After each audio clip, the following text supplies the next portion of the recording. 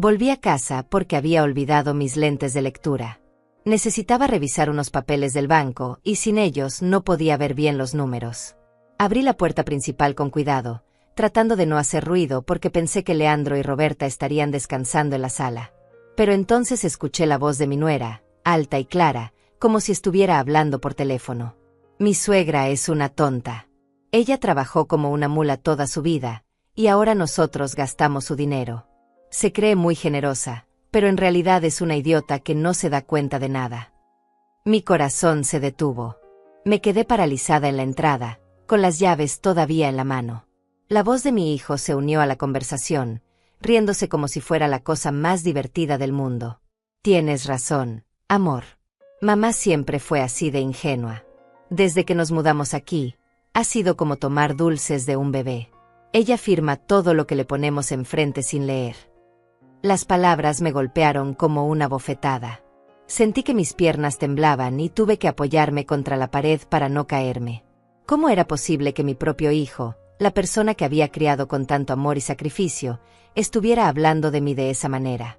Roberta continuó con su cruel monólogo. Lo mejor de todo es que ella piensa que somos una familia unida. La pobre no tiene idea de que ya transferimos $15,000 de su cuenta principal. Y eso es solo el comienzo. $15,000. La cifra resonó en mi cabeza como un martillo. Eso era casi la mitad de mis ahorros de toda una vida. Dinero que había guardado trabajando dobles turnos en la fábrica textil durante 30 años, levantándome a las 5 de la mañana, volviendo a casa con las manos hinchadas y la espalda dolorida. Cuando termine con ella, siguió Roberta con una frialdad que me heló la sangre, esta casa va a ser nuestra. Ya hablé con el abogado amigo tuyo, y dice que es fácil hacer que una persona mayor firme una transferencia de propiedad si se presenta como un favor familiar. Mi hijo se rió otra vez. Mamá está tan sola y necesitada de compañía que haría cualquier cosa por mantenernos contentos. Es patético, pero conveniente. Patético. Mi propio hijo me había llamado patética. El mismo niño al que había alimentado cuando no teníamos dinero para 2 comidas al día, al que había llevado al doctor cuando se enfermaba, al que había abrazado en cada pesadilla. El mismo joven al que había pagado la universidad vendiendo mis pocas joyas, trabajando horas extra hasta que mis manos sangraban de tanto coser.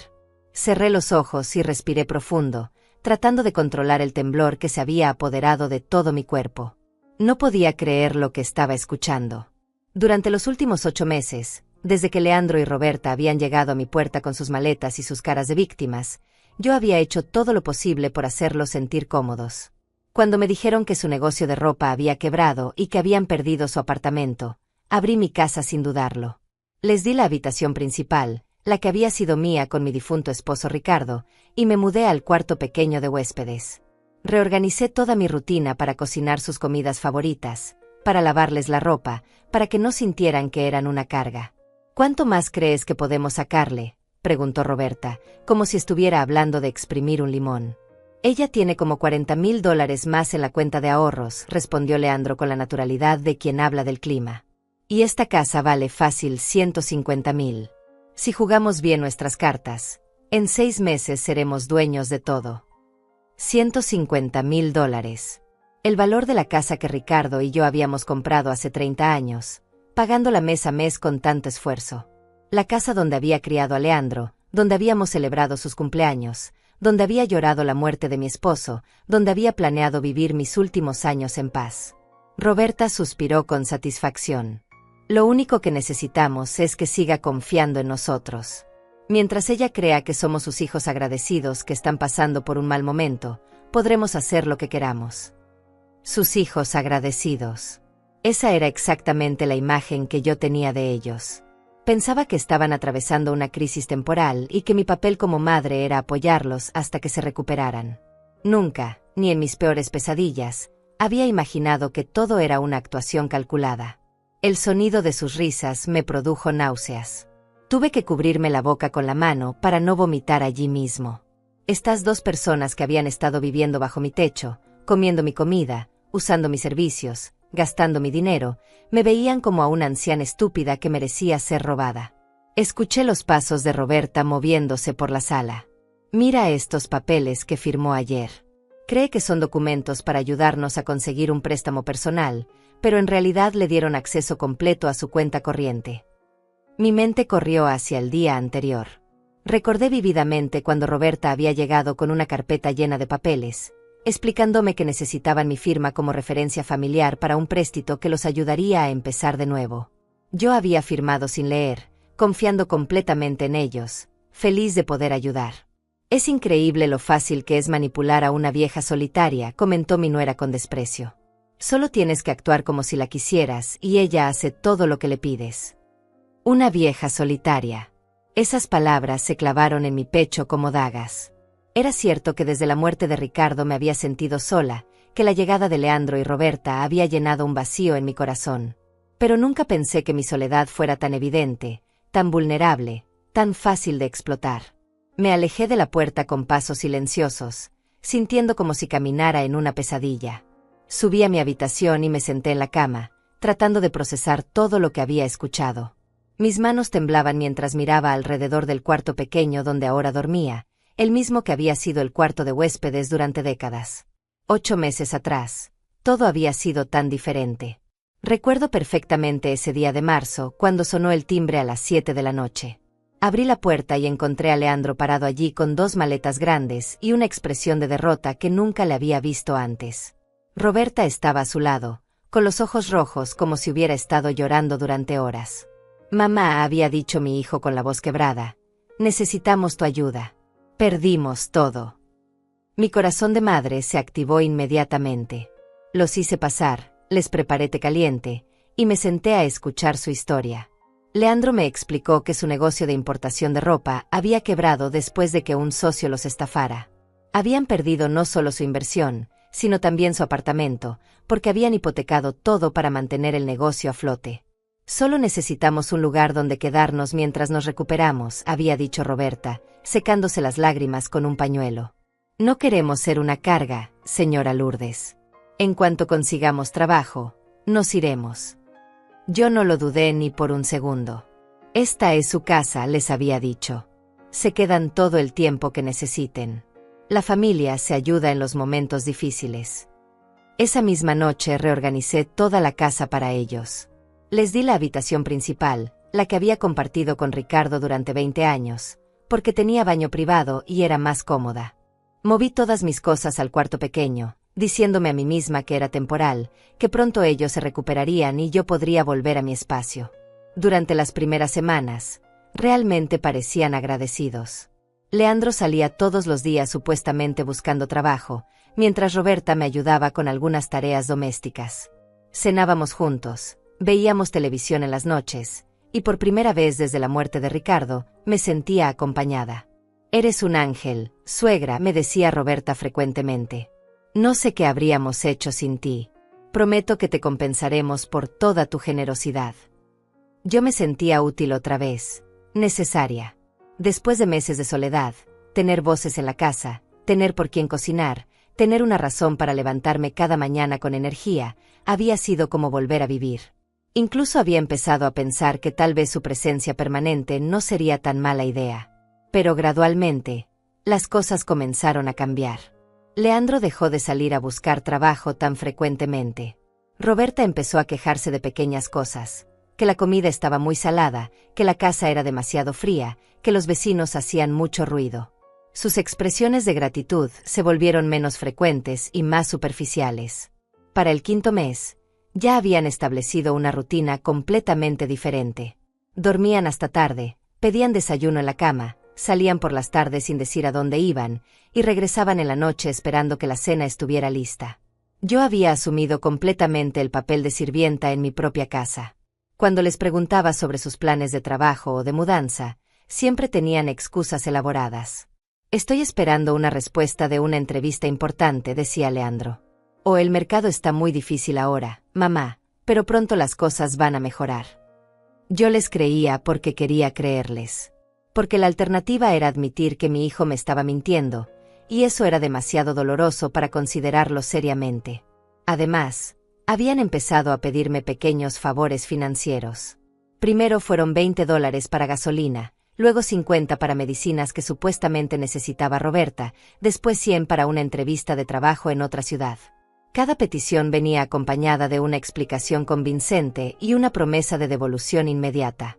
Es solo hasta que cobre mi primer sueldo, me aseguraba Leandro cada vez. Ya sabes que siempre te he pagado todo lo que me has prestado. Y era cierto. Durante su juventud, cuando le prestaba dinero para sus estudios o sus gastos personales, siempre me había devuelto hasta el último centavo. Esa confianza construida a lo largo de los años fue lo que estos meses había estado explotando sin que yo me diera cuenta. También habían comenzado a involucrarme en sus supuestos planes de recuperación económica. Roberta me había explicado que tenían la oportunidad de abrir una pequeña tienda de ropa, pero necesitaban un aval financiero. Solo tu firma, me había dicho con una sonrisa dulce. No tienes que poner dinero, solo necesitamos que el banco vea que tenemos respaldo familiar. Yo había firmado todos los papeles que me pusieron enfrente, orgullosa de poder contribuir a su futuro. Nunca se me ocurrió leer la letra pequeña o pedir una copia para mis archivos. Confiaba en ellos como había confiado en mi propio esposo durante 30 años de matrimonio. Ahora, sentada en mi pequeña habitación con el corazón destrozado, me daba cuenta de que había sido una ingenua terrible. Cada firma, cada favor, cada acto de generosidad había sido cuidadosamente calculado por ellos. No era coincidencia que hubieran llegado a mi puerta justo cuando yo más necesitaba compañía. Recordé una conversación que había tenido con mi amiga Carmen hacía unas semanas. Ella había comentado, con la delicadeza de una amistad de décadas, que Leandro y Roberta parecían estar muy cómodos en mi casa, tal vez demasiado cómodos. Lourdes, me había dicho mientras tomábamos café en su cocina, ¿no crees que ya es hora de que ellos busquen su propio lugar? Han tenido tiempo suficiente para organizarse. Yo había defendido a mi hijo con vehemencia.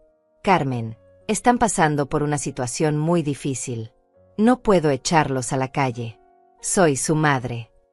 Nadie dice que los eches, había respondido Carmen suavemente.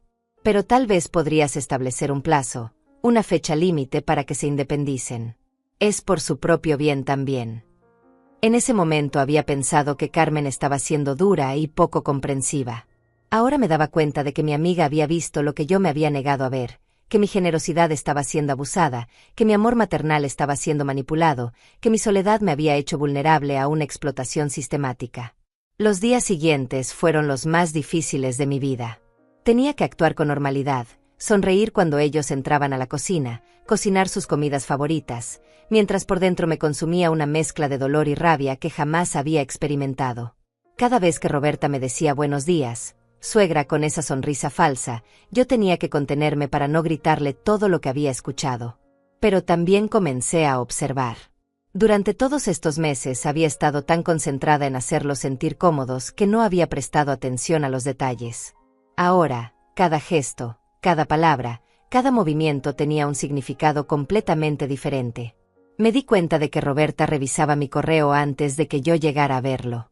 La había sorprendido varias veces organizando las cartas en la mesa de la entrada, pero siempre tenía una excusa lista. Solo estaba ordenando un poco, suegra. Sabes que me gusta mantener todo limpio. También noté que habían estado usando mi teléfono fijo para hacer llamadas largas cuando pensaban que yo no estaba en casa.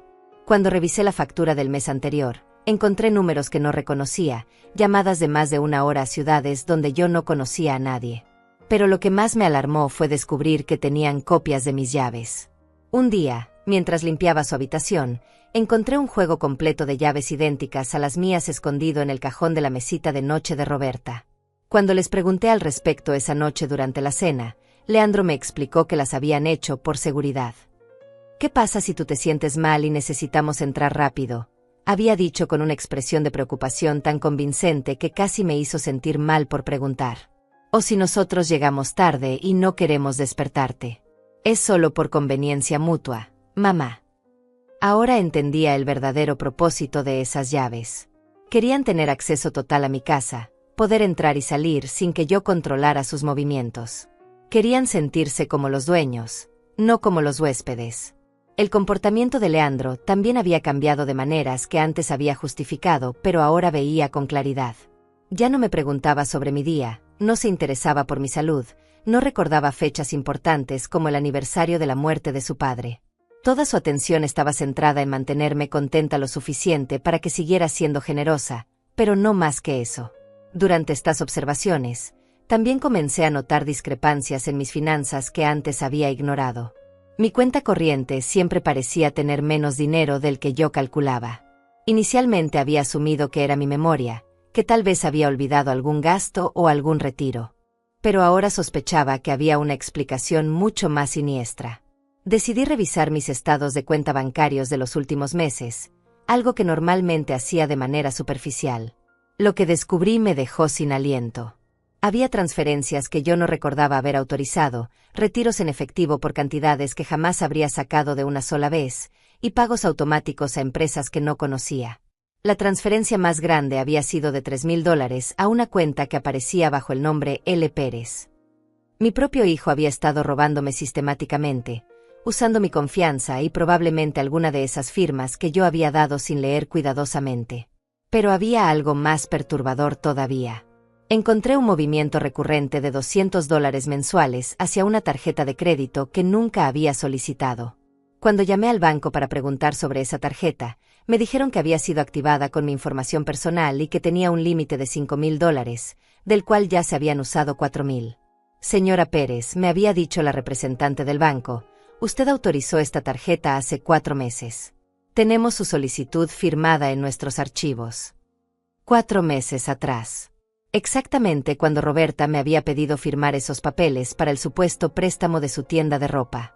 Me habían hecho solicitar una tarjeta de crédito sin que yo lo supiera, y la habían estado usando para sus gastos personales mientras yo pagaba las cuotas mínimas automáticamente. Esa noche, durante la cena, observé a Roberta con nuevos ojos. Llevaba puesta una blusa que no había visto antes, claramente cara por la calidad de la tela. Sus uñas estaban perfectamente arregladas con un diseño elaborado que solo se podía hacer en salones profesionales costosos. En su muñeca brillaba un reloj dorado que definitivamente no tenía cuando llegaron a mi casa. ¿Reloj nuevo?, le pregunté casualmente, sirviendo la sopa que había preparado. Roberta tocó el reloj con una sonrisa orgullosa. Sí, me lo regaló Leandro por nuestro aniversario. ¿Verdad que es hermoso? Mi hijo asintió con una sonrisa que ahora me parecía completamente falsa. Mi esposa se merece lo mejor. He estado ahorrando para poder sorprenderla. Ahorrando. La palabra me produjo una risa interna amarga. Ahorrando mi dinero, tal vez. Usando mi tarjeta de crédito para comprar regalos románticos mientras yo creía que estaban atravesando dificultades económicas. Debe haber costado bastante, comenté, manteniendo un tono neutro. No tanto, respondió Leandro rápidamente. Conseguí una buena oferta en una tienda del centro. Ya sabes cómo soy para conseguir descuentos. Mentira tras mentira. Durante todos estos meses, cada explicación, cada justificación, cada expresión de gratitud había sido una mentira cuidadosamente construida para mantenerme controlada y generosa. Después de la cena, mientras lavaba los platos, escuché a Roberta hablando por teléfono en la sala. Intenté escuchar discretamente y logré captar fragmentos de la conversación que confirmaron mis peores sospechas. Sí, todo está saliendo perfecto. La vieja no sospecha nada. Ya sacamos casi 20,000. El abogado dice que podemos acelerar el proceso de la casa. Tal vez para diciembre ya tengamos todo. $20,000. Habían robado $20,000 de mis cuentas. Era casi la mitad de mis ahorros de toda una vida. El dinero que había planeado usar para mis gastos médicos futuros, para pequeños viajes que había soñado hacer, para dejarle algo a Leandro cuando yo muriera. Irónicamente, habían estado robando su propia herencia. Pero aparentemente no querían esperar a que yo muriera de muerte natural para obtenerla. Esa noche, acostada en mi pequeña cama, tomé una decisión. No podía seguir fingiendo que no sabía lo que estaba pasando. No podía continuar siendo la víctima silenciosa de esta traición elaborada. Pero tampoco podía confrontarlos directamente sin tener un plan, sin estar segura de poder protegerme de las consecuencias. Necesitaba ayuda, y sabía exactamente a quién llamar. A la mañana siguiente, esperé a que Leandro y Roberta salieran de la casa para hacer mi primera llamada. Marqué el número de Carmen con manos temblorosas, necesitando desesperadamente hablar con alguien en quien pudiera confiar completamente. Carmen, le dije cuando contestó, necesito verte urgentemente. Puedo ir a tu casa ahora mismo. Mi amiga debe haber detectado algo en mi voz porque inmediatamente respondió: claro, Lourdes. Te espero con café recién hecho. El camino a casa de Carmen me pareció eterno. Durante esos 15 minutos en el autobús, mi mente no paraba de repasar todos los momentos de los últimos 8 meses, viendo cada interacción bajo una luz completamente diferente. ¿Cómo había sido tan ciega? ¿Cómo no había visto las señales que ahora parecían tan obvias? Recordé el día que Roberta había llegado llorando porque supuestamente necesitaba dinero para una emergencia médica. Es solo para unos análisis, suegra. El doctor dice que puede ser algo serio, pero con $400 puedo hacerme todos los estudios necesarios. Yo había corrido al banco inmediatamente, preocupada por la salud de mi nuera.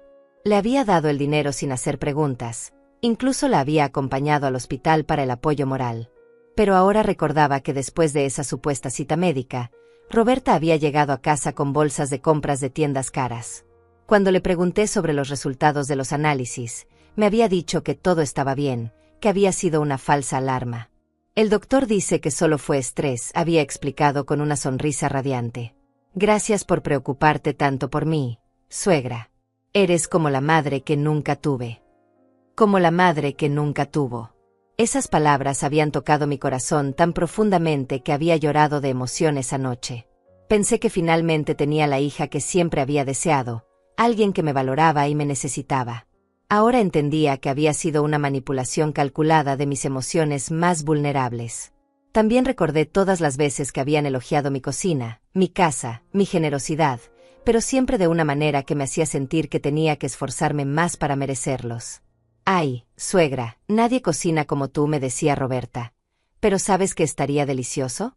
Ese pollo que hace tu vecina, el que lleva esas especies especiales. Y yo correría a preguntarle la receta a la vecina, gastaría dinero extra en ingredientes especiales, me desvelaría cocinando platos elaborados, todo para ver esa sonrisa de aprobación que ahora sabía que era completamente falsa. Cuando llegué a casa de Carmen, mi amiga me recibió con una expresión de preocupación genuina que contrastaba dolorosamente con las sonrisas fingidas a las que me había acostumbrado en mi propia casa. Lourdes, te ves terrible. ¿Qué está pasando? Me senté en su cocina familiar y, por primera vez en meses, me permití ser completamente honesta sobre mi situación. Le conté todo, la conversación que había escuchado, los estados de cuenta bancarios, la tarjeta de crédito fraudulenta, las mentiras constantes. Carmen me escuchó en silencio, asintiendo ocasionalmente, pero su expresión se volvía más seria con cada detalle que yo relataba. Cuando terminé mi relato, ella suspiró profundamente. Lourdes, me dijo tomando mis manos entre las suyas, esto es mucho peor de lo que yo imaginaba. Sabía que algo no estaba bien, pero nunca pensé que fuera tan grave. ¿Por qué no me dijiste nada más directo?, le pregunté, aunque ya sabía la respuesta. Porque tú no habrías querido escucharlo, respondió con la honestidad brutal que solo una amistad de décadas permite.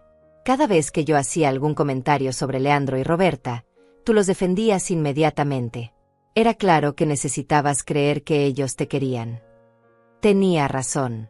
Yo había estado tan desesperada por sentirme necesaria, tan hambrienta de compañía y afecto familiar, que había ignorado deliberadamente cualquier señal de alarma. Mi soledad me había vuelto vulnerable, y ellos lo habían explotado con una crueldad que todavía me costaba comprender completamente. ¿Qué voy a hacer, Carmen?, le pregunté, sintiendo por primera vez en meses que podía mostrar mi vulnerabilidad real. Son mi hijo y mi nuera. No puedo simplemente llamar a la policía y denunciarlos como si fueran extraños. Carmen me sirvió otra taza de café y se sentó frente a mí. Lourdes, tienes que dejar de pensar en Leandro como tu hijo pequeño. Es un hombre adulto de 45 años que está robándole a su madre anciana. Eso no es una travesura juvenil, es un crimen. Sus palabras me golpearon como agua fría. Tenía razón, pero mi corazón de madre se resistía a aceptar esa realidad. Durante 45 años, mi instinto había sido proteger a Leandro, justificar sus errores, buscar explicaciones que le exoneraran de responsabilidad. Pero ¿y si estoy equivocada?, murmuré. ¿Y si hay una explicación que no estoy viendo? ¿Y si realmente están planeando devolverme el dinero? Carmen me miró con una mezcla de compasión y exasperación. Lourdes, tú misma escuchaste a Roberta llamarte tonta, y burlarse de tu generosidad. Viste los estados de cuenta. Encontraste la tarjeta de crédito fraudulenta. ¿Qué más necesitas para convencerte? Sabía que tenía razón, pero reconocer completamente la traición de mi hijo significaba aceptar que había fracasado como madre de alguna manera fundamental. Significaba admitir que el niño que había criado con tanto amor se había convertido en un hombre capaz de robarle a su propia madre sin remordimiento. Tal vez si hablo con él directamente, sugerí débilmente. Si le explico que sé lo que está pasando, tal vez se arrepienta y podamos solucionarlo en familia. Carmen negó con la cabeza firmemente. Lourdes, si los confrontas ahora, sin tener un plan de protección, pueden acelerar sus planes. Pueden llevarse todo lo que puedan y desaparecer, o peor, pueden volverse agresivos. La posibilidad de que mi propio hijo pudiera volverse agresivo conmigo era algo que jamás había considerado. Pero recordé la frialdad en su voz cuando hablaba de mí con Roberta, la manera calculada en que habían planeado robarme, y me di cuenta de que tal vez ya no conocía realmente a la persona en la que se había convertido. Entonces, ¿qué me recomiendas?, le pregunté, sintiendo que mi mundo se desmoronaba, pero también experimentando por primera vez en meses una extraña sensación de alivio por poder compartir esta carga. Primero, dijo Carmen con determinación, necesitas reunir todas las pruebas posibles. Documentos bancarios, grabaciones si puedes conseguirlas, cualquier cosa que demuestre lo que han estado haciendo. Segundo, necesitas ayuda legal. Yo conozco a un abogado que maneja este tipo de casos. La idea de involucrar a un abogado me aterrorizaba, pero sabía que Carmen tenía razón. Esta situación había ido mucho más allá de lo que yo podía manejar sola, mucho más allá de lo que se podía resolver con conversaciones familiares. ¿Crees que hay manera de recuperar el dinero?, pregunté. Eso depende de muchas cosas, respondió Carmen honestamente. Pero lo más importante ahora es proteger lo que te queda y asegurarte de que no puedan seguir robándote. Pasamos el resto de la mañana elaborando un plan. Carmen me ayudaría a organizar todos mis documentos financieros, contactaría al abogado y me acompañaría a las citas necesarias. Por primera vez en meses, no me sentía completamente sola frente a esta situación. Cuando regresé a casa esa tarde, Leandro y Roberta estaban en la sala viendo televisión como si nada hubiera pasado. Roberta me saludó con su sonrisa habitual. Hola, suegra. ¿Cómo estuvo tu día con Carmen? La facilidad con la que mentía, la naturalidad con la que actuaba como si me quisiera, me produjo una combinación de náusea y admiración perversa por su talento para el engaño. Muy bien, respondí, forzando una sonrisa. Carmen siempre es buena compañía.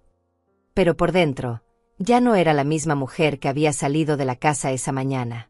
Ya no era la víctima inconsciente de su manipulación. Ahora sabía exactamente lo que estaba enfrentando, y estaba comenzando a planear mi contraataque. Los siguientes días los dediqué a convertirme en detective de mi propia vida. Carmen me había dado el nombre de Raimundo Morales, un abogado especializado en casos de fraude familiar, y habíamos acordado reunirnos al final de la semana. Pero antes de esa cita, necesitaba reunir todas las pruebas posibles de lo que Leandro y Roberta habían estado haciendo. Comencé levantándome antes del amanecer para revisar mis documentos sin ser descubierta.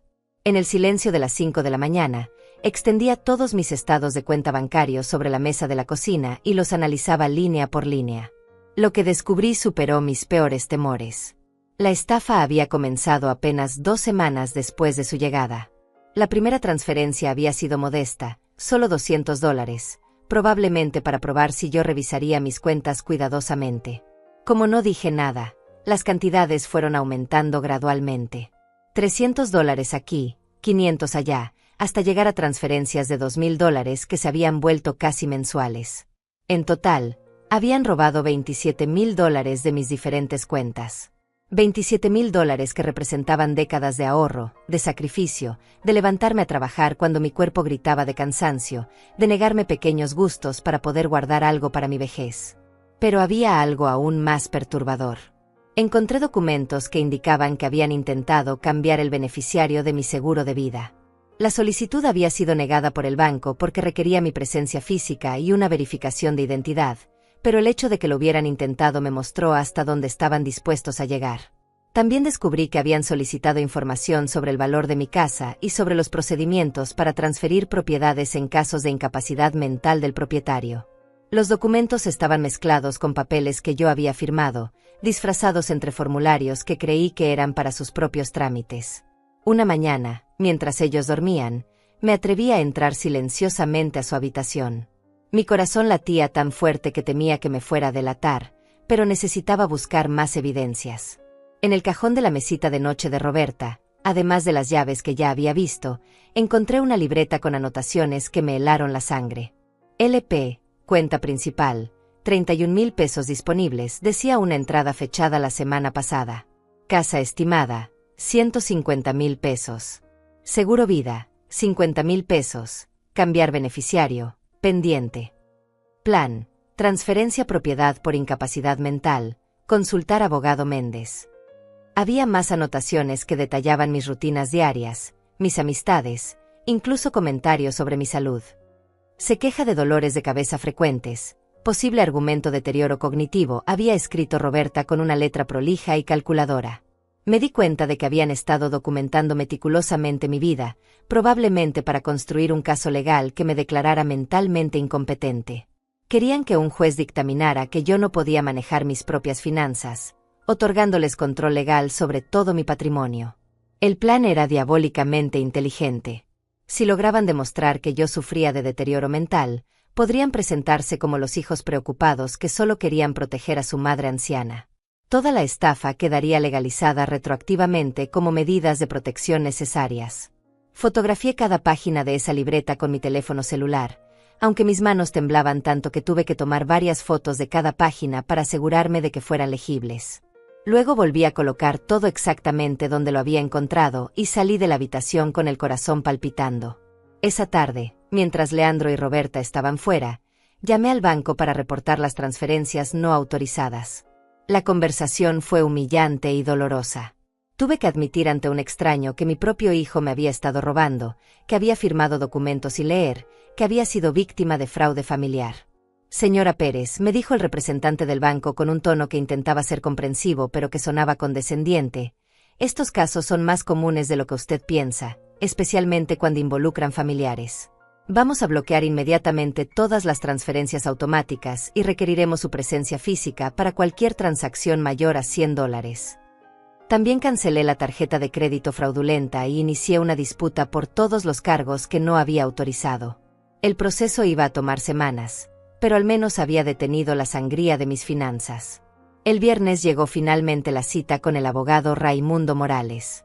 Carmen me acompañó a su oficina, ubicada en un edificio modesto pero respetable en el centro de la ciudad.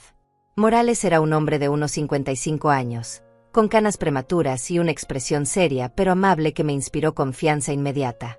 Le presenté todas las evidencias que había reunido, los estados de cuenta bancarios, las fotografías de la libreta de Roberta, los documentos que había firmado sin leer, la información sobre el intento de cambiar el beneficiario de mi seguro de vida. Morales revisó cada documento meticulosamente, ocasionalmente haciendo preguntas específicas o tomando notas en un bloc legal. Su expresión se volvía más grave con cada pieza de evidencia que examinaba. Señora Pérez, me dijo finalmente, esto constituye fraude familiar en múltiples niveles. Tenemos falsificación de documentos, robo de identidad, apropiación indebida y conspiración para cometer fraude masivo. Este no es un simple caso de un hijo gastando dinero de su madre. Sus palabras, aunque esperadas, me golpearon con una realidad brutal. Mi hijo no era simplemente irresponsable o desesperado.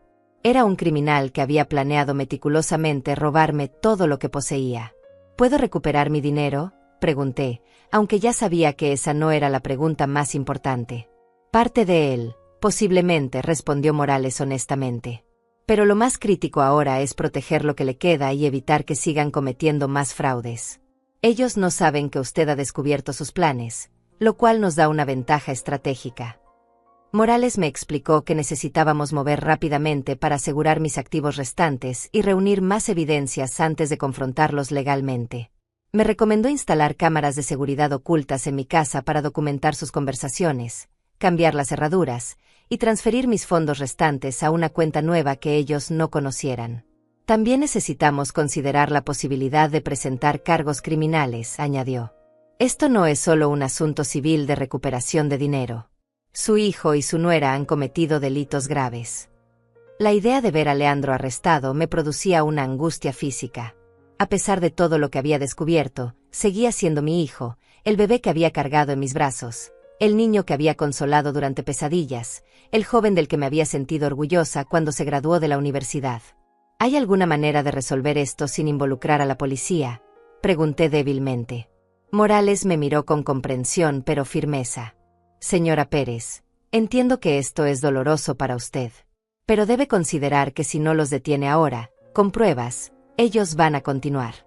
Y la próxima fase de su plan es mucho más seria. Quieren declararla mentalmente incapaz para tomar control legal de todo su patrimonio.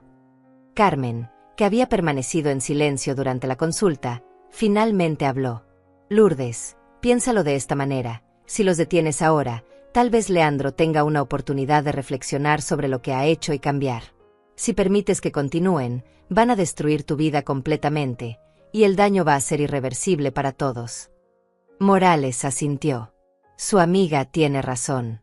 Además, mientras más tiempo pase, más difícil será recuperar el dinero y más evidencia pueden destruir. Ellos están actuando como si tuvieran tiempo ilimitado porque creen que usted no sospecha nada. Salí de esa oficina con un plan de acción claro, pero con el corazón completamente destrozado. En el espacio de una semana, había pasado de ser una abuela ingenua que creía tener una familia amorosa a ser una víctima de fraude que necesitaba protección legal contra su propio hijo. Pero también, por primera vez en meses, sentía que tenía control sobre mi situación. Ya no era la mujer pasiva que firmaba documentos sin leer y aceptaba explicaciones vagas. Me había convertido en alguien que conocía exactamente la magnitud de la traición que enfrentaba, y estaba preparándose para luchar. El lunes siguiente comencé a ejecutar el plan que había elaborado con Raimundo Morales. Primero, contraté discretamente a una empresa de seguridad para instalar cámaras ocultas en mi casa mientras Leandro y Roberta estaban fuera. Las cámaras eran tan pequeñas que parecían decoraciones normales. Una en el florero de la sala, otra camuflada en el reloj de la cocina, y una tercera en el marco de fotos del pasillo. También abrí una cuenta bancaria nueva en una sucursal diferente, transfiriendo el resto de mis ahorros y configurando todas mis pensiones para que se depositaran allí directamente. Cuando Leandro y Roberta intentaran hacer su próxima transferencia, se encontrarían con que las cuentas que habían estado vaciando ya no tenían fondos significativos. Pero la parte más difícil del plan era la que tenía que ejecutar esa misma semana, provocar una conversación que los hiciera revelar sus verdaderas intenciones mientras las cámaras grababan todo. La oportunidad se presentó el miércoles por la noche. Durante la cena, mencioné casualmente que mi amiga Carmen me había sugerido hacer un testamento actualizado, ya que el mío tenía más de 10 años. Es una buena idea, mamá, dijo Leandro inmediatamente, con un entusiasmo que ahora reconocía como calculado. De hecho, Roberta y yo hemos estado hablando de lo importante que es tener todos los documentos legales en orden. Roberta asintió vigorosamente. Sí, suegra. Y también deberías considerar dar poder legal a alguien de confianza, por si algún día necesitas ayuda para manejar tus finanzas. Ahí estaba. Habían mordido el anzuelo exactamente como Morales había predicho. Fingí considerar su sugerencia con interés genuino. ¿Poder legal?, pregunté, como si fuera la primera vez que escuchaba el término. ¿Eso qué significa exactamente? Leandro se inclinó hacia adelante, su expresión llena de una preocupación falsa que me revolvía el estómago. Significa que si algún día te enfermas o tienes algún problema de memoria, nosotros podríamos ayudarte a pagar tus cuentas, manejar tus inversiones, ese tipo de cosas. Es solo una precaución, mamá. Es muy común en personas de tu edad, añadió Roberta con esa sonrisa dulce que ahora sabía que escondía veneno. Mi abuela lo hizo cuando cumplió 70 años. Y nos dio mucha tranquilidad a toda la familia saber que alguien podía cuidar de ella si era necesario. Mentira tras mentira. Pero ahora yo sabía exactamente lo que estaban haciendo, y las cámaras estaban capturando cada palabra. ¿Y ustedes estarían dispuestos a asumir esa responsabilidad?, pregunté, fingiendo gratitud y vulnerabilidad. Por supuesto, mamá, respondió Leandro sin dudarlo. Somos tu familia. Es nuestro deber cuidarte. Además, agregó Roberta, ya conocemos todas tus finanzas porque has confiado en nosotros estos meses. Sería muy fácil para nosotros encargarnos de todo sin que tú tengas que preocuparte por nada.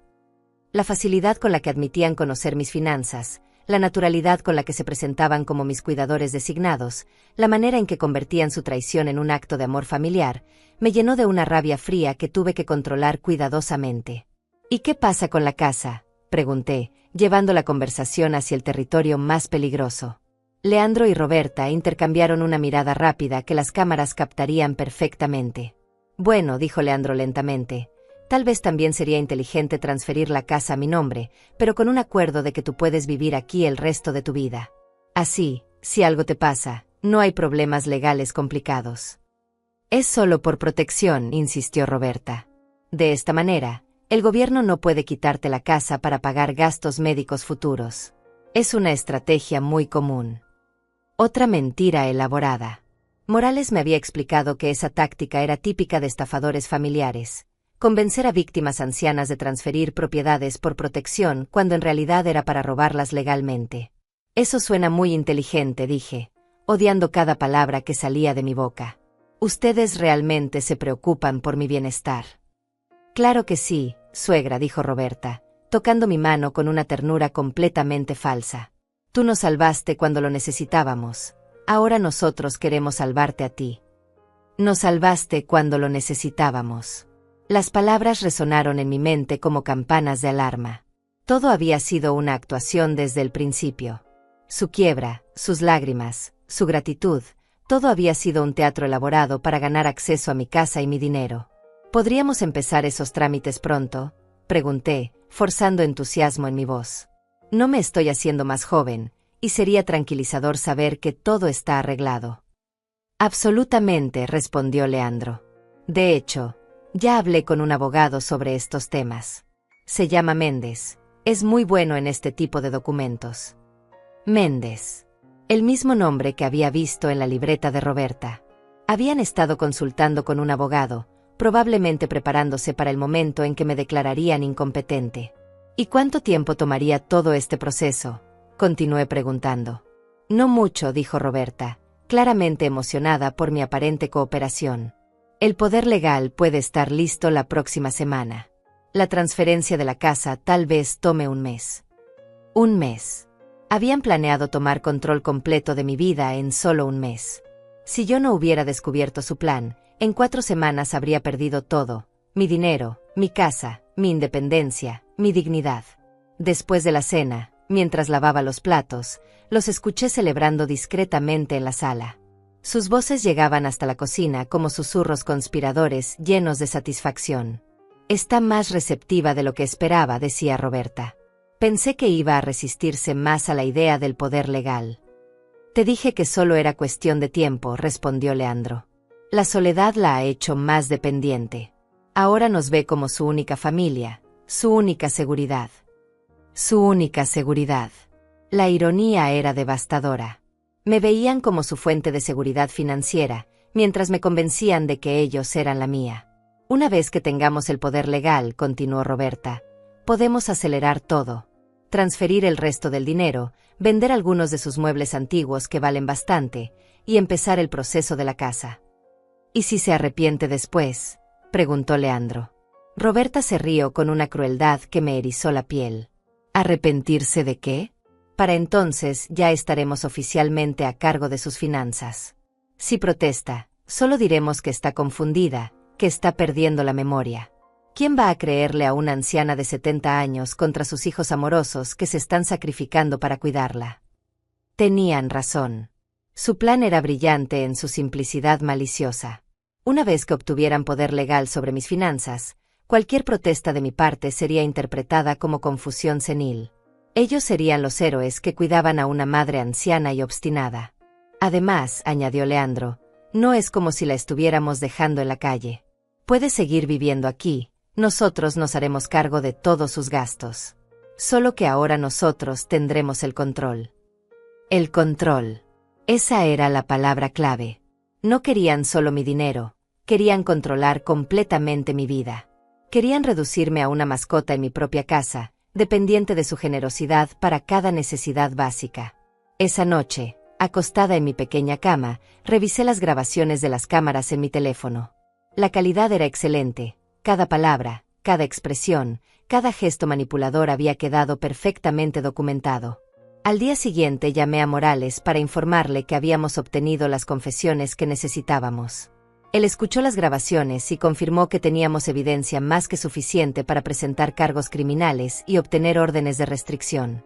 Señora Pérez, me dijo con satisfacción profesional, estas grabaciones son devastadoras. No solo admiten el fraude que ya habían cometido, sino que también revelan su intención de continuar. Esto va a fortalecer enormemente nuestro caso. El plan final estaba listo. El viernes, mientras Leandro y Roberta salieran a su cita con el abogado Méndez para preparar los documentos fraudulentos, yo ejecutaría el golpe final. Cambiaría las cerraduras, llamaría a la policía, y cuando regresaran a casa, se encontrarían con que su víctima ya no era una anciana ingenua, sino una mujer que había recuperado completamente su poder. Por primera vez en 8 meses, me dormí esa noche sintiendo que controlaba mi propio destino. El jueves por la mañana, mientras Leandro y Roberta desayunaban, recibí una llamada que cambiaría completamente mi perspectiva sobre la magnitud de su traición. Era una mujer llamada Alma Bravo, quien se identificó como trabajadora social del hospital municipal. Señora Pérez, me dijo con voz cautelosa, necesito hablar con usted sobre su nuera, Roberta Muñiz. Hemos recibido información que sugiere que usted podría estar en una situación similar a la que vivió la familia Torres el año pasado. El apellido Torres me sonó familiar, pero no pude ubicarlo inmediatamente. Le pedí a Alma que me explicara de qué se trataba, fingiendo normalidad mientras Leandro y Roberta me observaban desde la mesa del desayuno con curiosidad fingida. Preferiría no hablar de esto por teléfono, respondió Alma. ¿Podríamos reunirnos en algún lugar privado esta mañana? Es bastante urgente. Acordé encontrarla en el parque municipal dentro de 1 hora, diciéndole a Leandro y Roberta que tenía una cita médica de rutina. Por la manera en que intercambiaron miradas cuando mencioné el hospital, supe que estaban calculando si esta cita podría interferir con sus planes. ¿Quieres que te acompañe, mamá?, ofreció Leandro con esa solicitud falsa que ahora reconocía inmediatamente. No es necesario, hijo. Solo es un chequeo simple. Regreso antes del almuerzo. 1 hora después, me senté en una banca del parque frente a Alma Bravo, una mujer de unos 40 años con una expresión seria y documentos en una carpeta manila. Señora Pérez, comenzó directamente. Tengo que contarle sobre la familia Torres. El año pasado, Roberta Muñiz se casó con Samuel Torres, un hombre de 52 años cuya madre, Florencia Torres, tenía 73 años.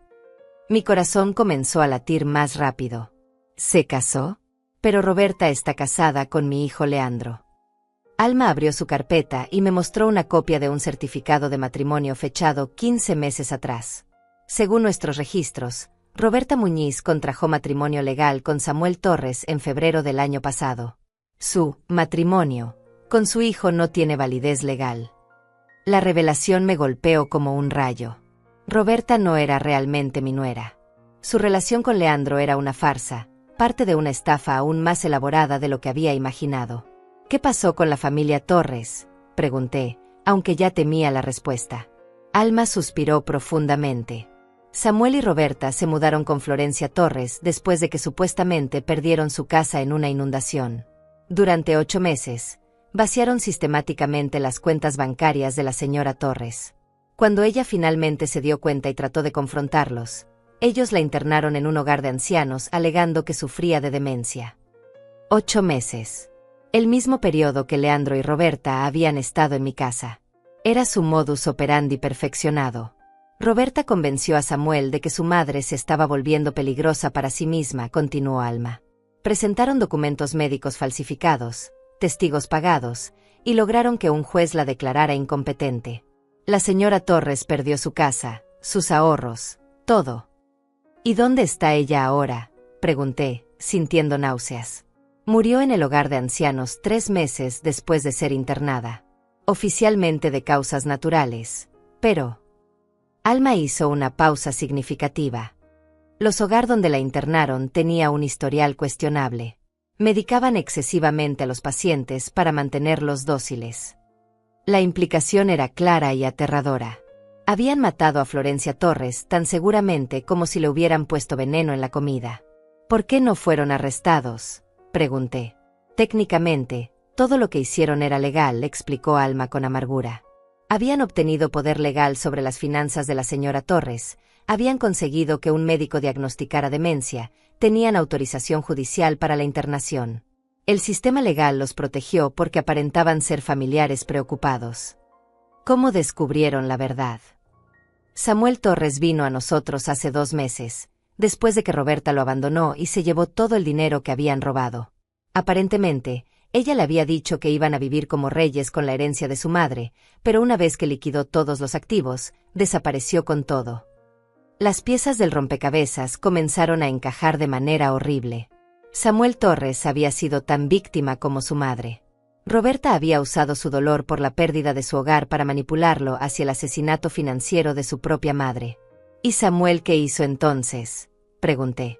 Está en terapia psicológica intensiva. La culpa de lo que le hizo a su madre lo está destruyendo. Nos contactó porque quería asegurarse de que Roberta no pudiera hacerle lo mismo a otra familia. Ahora entendía por qué habían llegado a mi puerta con esa historia elaborada sobre la quiebra de su negocio.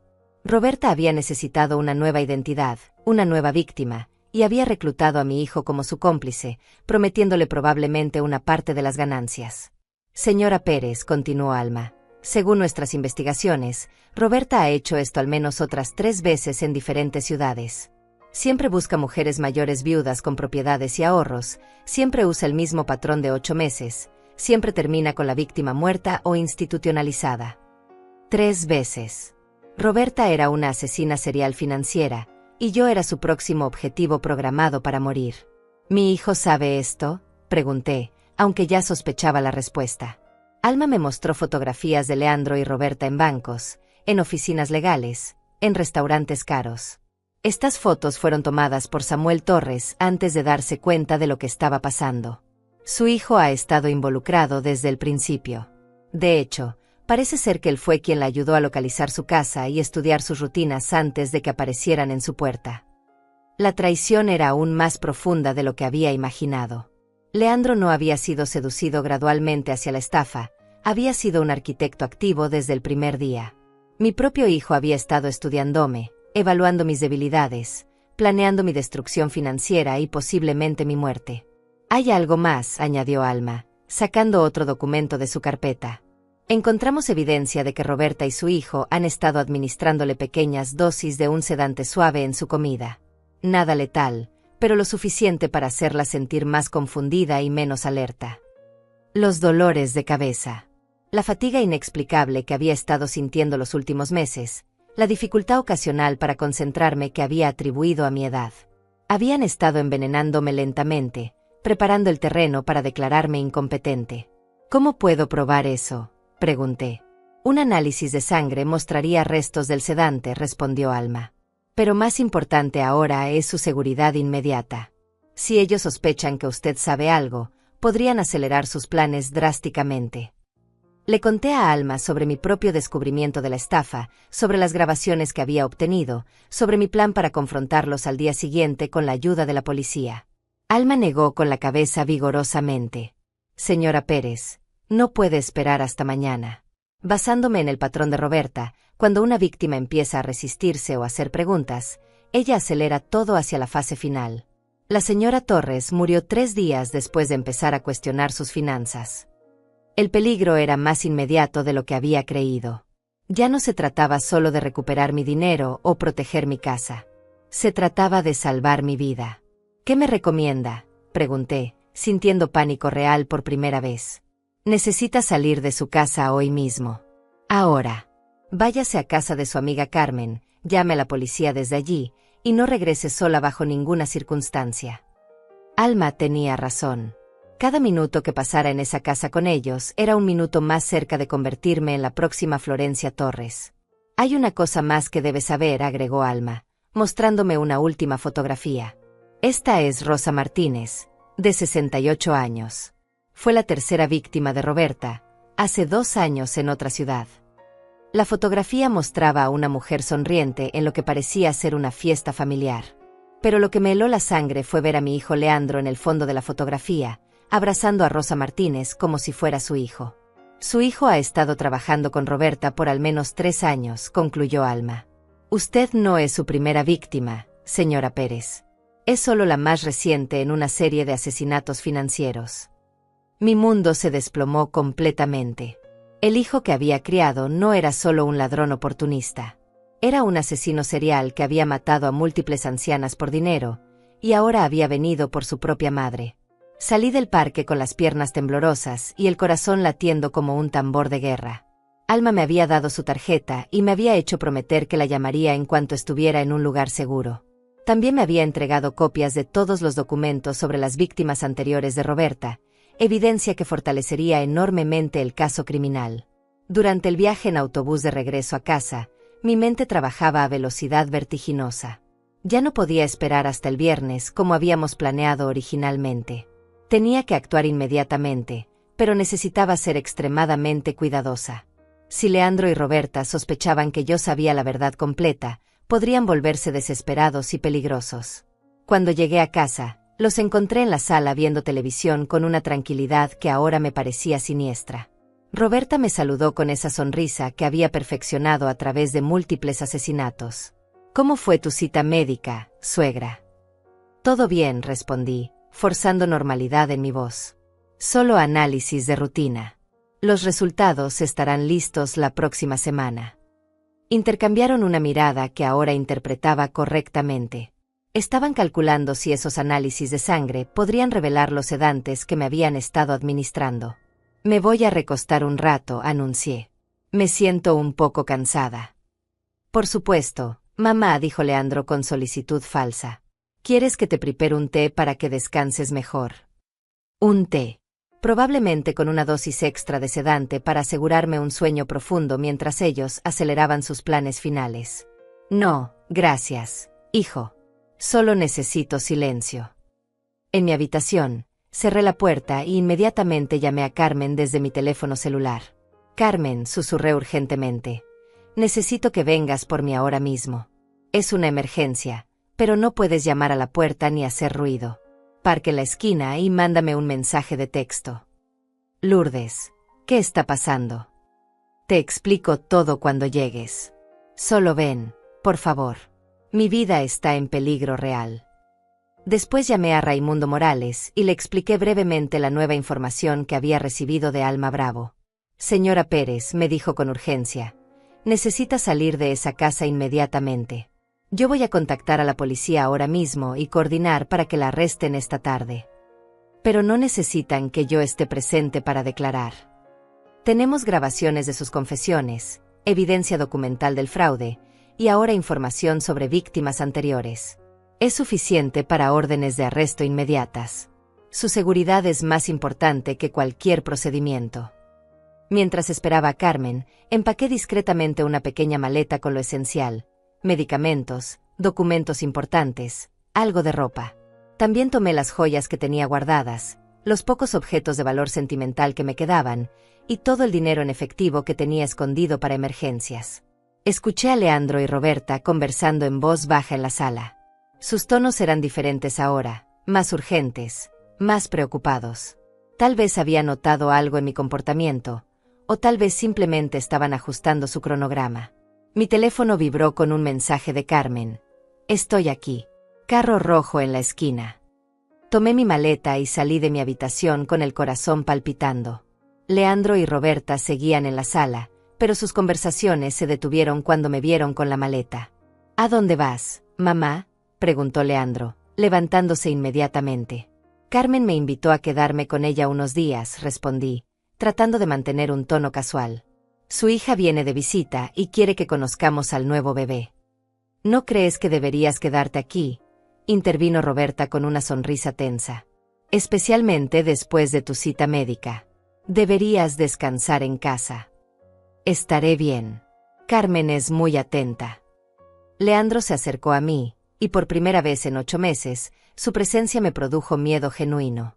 Este hombre que había sido mi bebé, que había crecido en mis brazos, que había compartido miles de comidas en esta mesa, había matado a otras madres como yo. «Mamá, creo que Roberta tiene razón. No es buena idea que andes por ahí si te sientes cansada. ¿Por qué no llamas a Carmen y le dices que mejor mañana?» Su tono era firme, casi autoritario. Ya no estaba pidiendo, estaba ordenando. El hijo sumiso y agradecido había desaparecido, reemplazado por el depredador que realmente era. Ya le prometí a Carmen, insistí, moviéndome hacia la puerta. Solo serán 2 días. Roberta se puso de pie también, bloqueando parcialmente mi camino hacia la salida. Suegra, realmente creo que deberías quedarte. De hecho, ¿por qué no me das tu teléfono? No quiero que Carmen te moleste si necesitas descansar. Ahí estaba. Ya no estaban fingiendo ser los nietos preocupados. Estaban revelando su verdadera naturaleza, carceleros que querían controlar completamente mis movimientos y comunicaciones. Mi teléfono está bien conmigo, dije firmemente, sorprendiéndome de la fuerza en mi propia voz. Leandro dio un paso hacia mí, y vi algo en sus ojos que nunca había visto antes, una frialdad calculadora que me recordó dolorosamente a la descripción que Alma había hecho de los últimos días de las otras víctimas. Mamá, dijo con una voz peligrosamente tranquila, vas a dejar esa maleta y vas a sentarte. Necesitamos hablar. No tengo nada de qué hablar, respondí, dirigiéndome directamente hacia la puerta. Roberta me agarró el brazo con una fuerza sorprendente. Lourdes, no vas a ir a ninguna parte. Por primera vez, había usado mi nombre en lugar de suegra. La máscara había caído completamente. Suéltame, dije, tratando de liberarme de su agarre. Roberta tiene razón, dijo Leandro, moviéndose para bloquear la puerta completamente. Has estado actuando de manera extraña últimamente. Tal vez es hora de que veas a un especialista, alguien que pueda evaluar tu capacidad mental. Ahí estaba el plan acelerado que Alma había predicho. Iban a declararme mentalmente incompetente esta misma tarde, probablemente con la ayuda del doctor corrupto que habían usado con las víctimas anteriores. Apártate de mi camino, Leandro, dije con toda la autoridad maternal que pude reunir. No puedo hacer eso, mamá. Es por tu propio bien. El agarre de Roberta en mi brazo se intensificó, y sentí sus uñas clavándose en mi piel. Esta mujer que había asesinado a múltiples ancianas me tenía físicamente controlada en mi propia casa. Pero entonces recordé algo que Morales me había enseñado. Las cámaras seguían grabando todo. Cada palabra de esta confrontación estaba siendo documentada, cada admisión de coerción, cada amenaza implícita. ¿Por qué no puedo irme de mi propia casa?, pregunté en voz alta, asegurándome de que las cámaras captaran todo claramente. Porque ya no es realmente tu casa, respondió Roberta con una sonrisa cruel. Los documentos que firmaste la semana pasada transfirieron la propiedad. Técnicamente, ahora nosotros somos los dueños. ¿Qué documentos?, pregunté, aunque sabía exactamente a qué se refería. Leandro sonrió con una satisfacción que me heló la sangre. Los papeles que pensaste que eran para nuestro préstamo comercial. En realidad eran documentos de transferencia de propiedad. Gracias, mamá. Nos acabas de regalar una casa de $150,000. Las confesiones seguían saliendo.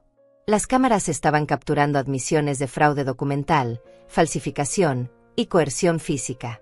Era exactamente lo que necesitábamos para asegurar condenas criminales largas. Y supongo que los $27,000 que robaron de mis cuentas bancarias también fueron un regalo, dije, decidiendo presionarlos para más admisiones. Roberta se rió con genuina diversión. ¿Robaron? Lourdes, tú autorizaste todas esas transferencias. Tu firma está en todos los documentos. Si acaso, nosotros te hicimos un favor administrando tu dinero de manera más inteligente. ¿Cómo comprando relojes caros y ropa de diseñador? Exactamente, respondió Leandro sin vergüenza. Éramos más jóvenes, más inteligentes. Sabíamos cómo usar el dinero mejor que tú. En ese momento, escuché sirenas de policía acercándose por la calle. Morales había cumplido su promesa de coordinar una respuesta inmediata. La expresión de confianza en los rostros de Leandro y Roberta cambió instantáneamente a pánico puro. ¿Qué hiciste?, gritó Roberta, apretando mi brazo tan fuerte que supe que me dejaría moretones. Lo que debería haber hecho hace meses, respondí con una calma que no sabía que poseía. Protegerme de los asesinos que había invitado a mi casa. Las sirenas se detuvieron frente a mi puerta, y escuché pasos pesados acercándose por el sendero del jardín. Leandro y Roberta se miraron con una desesperación que finalmente revelaba sus verdaderos rostros. No eran los familiares agradecidos que habían pretendido ser, sino depredadores atrapados que sabían que su racha de asesinatos había llegado a su fin. La puerta sonó con golpes autoritarios. «Policía», Abran la puerta. Los siguientes minutos fueron un torbellino de actividad que quedará grabado en mi memoria para siempre. Cuando la policía derribó la puerta, encontraron a Roberta todavía agarrándome el brazo con fuerza suficiente para dejar marcas, mientras Leandro bloqueaba mi salida. Las cámaras ocultas habían capturado todo perfectamente. «Suelte a la señora inmediatamente», gritó el primer oficial que entró. Roberta me soltó como si mi piel hubiera estado ardiendo, pero ya era demasiado tarde. Los oficiales habían visto la coerción física, habían escuchado las confesiones que las cámaras seguían transmitiendo en tiempo real a los dispositivos de Morales. «Esto es un malentendido», dijo Leandro desesperadamente, levantando las manos mientras los oficiales se acercaban. «Solo estábamos preocupados por la salud mental de mi madre. Ella ha estado actuando de manera errática». «Señora Pérez», me dijo una oficial mujer con gentileza, «¿está usted bien? La han lastimado». Mostré las marcas rojas en mi brazo donde Roberta me había agarrado. «Estoy bien ahora, gracias. Pero tengo mucho que contarles sobre lo que han estado haciendo estos últimos 8 meses». Mientras los oficiales arrestaban a Leandro y Roberta, recitando sus derechos, yo observé el rostro de mi hijo buscando algún rastro de remordimiento, algún indicio del niño que había criado con tanto amor. Pero solo vi rabia y resentimiento, como si yo fuera la villana de esta historia por haberlo detenido. «Esto no se va a quedar así, mamá», gritó mientras le ponían las esposas. «Eres una anciana paranoica. Nadie va a creerte». Pero se equivocaba. Las autoridades tenían las grabaciones de sus confesiones, los documentos falsificados, los registros bancarios y la evidencia de sus crímenes anteriores. Alma Bravo llegó 15 minutos después con expedientes completos sobre Rosa Martínez, Florencia Torres y otras víctimas que habían identificado. Carmen también llegó, corriendo desde su carro cuando vio las patrullas. Me abrazó con lágrimas en los ojos mientras veíamos cómo se llevaban a Leandro y Roberta en vehículos policiales separados. «Lourdes, no puedo creer que hayas pasado por esto sola», me dijo, sosteniendo mi mano temblorosa. «Ya no estoy sola», respondí, dándome cuenta de que era la primera vez en meses que me sentía verdaderamente segura. En las semanas que siguieron, la investigación reveló la magnitud completa de su red criminal. Roberta había estado operando bajo múltiples identidades durante 5 años, siempre con el mismo patrón: encontrar viudas mayores con propiedades, infiltrarse en sus vidas, vaciar sus cuentas, y luego eliminarlas a través de institucionalización forzada o asesinato indirecto. Leandro había sido reclutado 3 años atrás, después de que Roberta lo sedujera y lo convenciera de que su talento para ganarse la confianza de mujeres mayores podría ser extremadamente lucrativo. Habían matado o destruido las vidas de 6 mujeres antes de llegar a mí. El análisis de sangre confirmó que me habían estado administrando sedantes durante meses, preparándome gradualmente para la fase final de incapacitación mental. Si no hubiera descubierto su plan cuando lo hice, probablemente habría muerto en algún hogar de ancianos sórdido dentro de unos meses. La recuperación financiera fue parcial pero significativa. Las autoridades pudieron rastrear $18,000 de los $27,000 que habían robado, fondos que fueron congelados en cuentas que habían abierto para ocultar sus ganancias. Mi casa nunca había sido legalmente transferida porque los documentos que me habían hecho firmar contenían irregularidades que los invalidaban. Pero lo más importante fue el juicio. 6 meses después, me senté en la sala del tribunal viendo cómo sentenciaban a mi hijo a 25 años de prisión por fraude, falsificación de documentos y conspiración para cometer asesinato. Roberta recibió cadena perpetua sin posibilidad de libertad condicional, acusada como la mente maestra detrás de múltiples homicidios. Durante todo el proceso legal, Leandro nunca mostró remordimiento genuino. En su declaración final, todavía trató de presentarse como una víctima manipulada por Roberta, como si hubiera sido un peón inocente en lugar de un participante voluntario en asesinatos seriales. «Señoría», había dicho con lágrimas que me parecieron completamente ensayadas, «solo quería darle una vida mejor a mi madre. Todo lo que hice fue por amor». Pero los fiscales presentaron evidencia de que él había sido quien había estudiado mis rutinas, quien había identificado mis vulnerabilidades emocionales, quien había sugerido las técnicas de manipulación más efectivas. No había sido una víctima de Roberta, había sido su socio más valioso. Samuel Torres, el hijo de Florencia Torres, Testificó sobre cómo Leandro lo había convencido de que su madre estaba perdiendo la mente, cómo lo había ayudado a falsificar documentos médicos, cómo había estado presente cuando internaron forzosamente a su madre en el hogar donde murió. Leandro Pérez me dijo que era lo mejor para todos, testificó Samuel con la voz quebrada. Me convenció de que mi madre estaría más feliz, más cuidada. Pero ahora sé que solo querían matarla más rápido para quedarse con su dinero. Después de que leyeran las sentencias, tuve un momento final con Leandro antes de que se lo llevaran. Esperé que en ese último momento, enfrentando décadas en prisión, finalmente mostraría algo del hijo que había criado. ¿Tienes algo que decirme?, le pregunté a través del vidrio de la sala de visitas. Me miró con ojos que ya no reconocía. Sí, mamá. Deberías haber sido más fácil de matar. Esas fueron las últimas palabras que mi hijo me dirigió. No remordimiento por haberme traicionado, no dolor por haber destruido otras familias, no reconocimiento del amor que le había dado durante 45 años. Solo resentimiento porque su plan de asesinarme había fallado. Salí de ese tribunal sabiendo que el niño que había criado estaba verdaderamente muerto, reemplazado por un monstruo que había usado mi amor como arma contra mí. Pero también salí con algo que no había tenido en mucho tiempo, completa claridad sobre quién era yo realmente. No era la anciana tonta y solitaria que ellos habían visto. Era una mujer de 70 años que había trabajado toda su vida, que había criado a un hijo con sacrificio y dedicación, que había amado profundamente y dado generosamente. Su traición no definía mi valor como persona o como madre. Había hecho todo lo que una madre podía hacer. El hecho de que Leandro hubiera elegido convertirse en un asesino no era un reflejo de mi fracaso, sino de su propia corrupción moral. Hoy, un año después, vivo nuevamente en mi casa. Carmen viene a visitarme regularmente, y hemos desarrollado una rutina de viajes pequeños y actividades que llenan mis días con propósito y alegría genuina. También me he convertido en voluntaria con Alma Bravo, ayudando a identificar y proteger a otros ancianos que pueden estar siendo victimizados por sus propias familias. Mis ahorros se han recuperado parcialmente, mi salud ha mejorado significativamente desde que dejaron de drogarme, y más importante, he recuperado mi sentido de autoestima e independencia. Ya no soy la mujer desesperadamente sola que abrió su puerta a los estafadores hace más de un año. Algunas noches, cuando me siento en mi sala viendo televisión en la paz de mi propia casa, todavía siento una punzada de dolor por la pérdida del hijo que pensé que tenía. Pero ya no es un dolor que me paraliza o me define.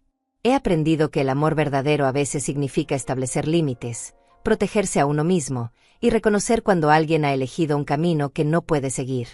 He aprendido que la soledad temporal es infinitamente preferible a la compañía de personas que te ven como presa.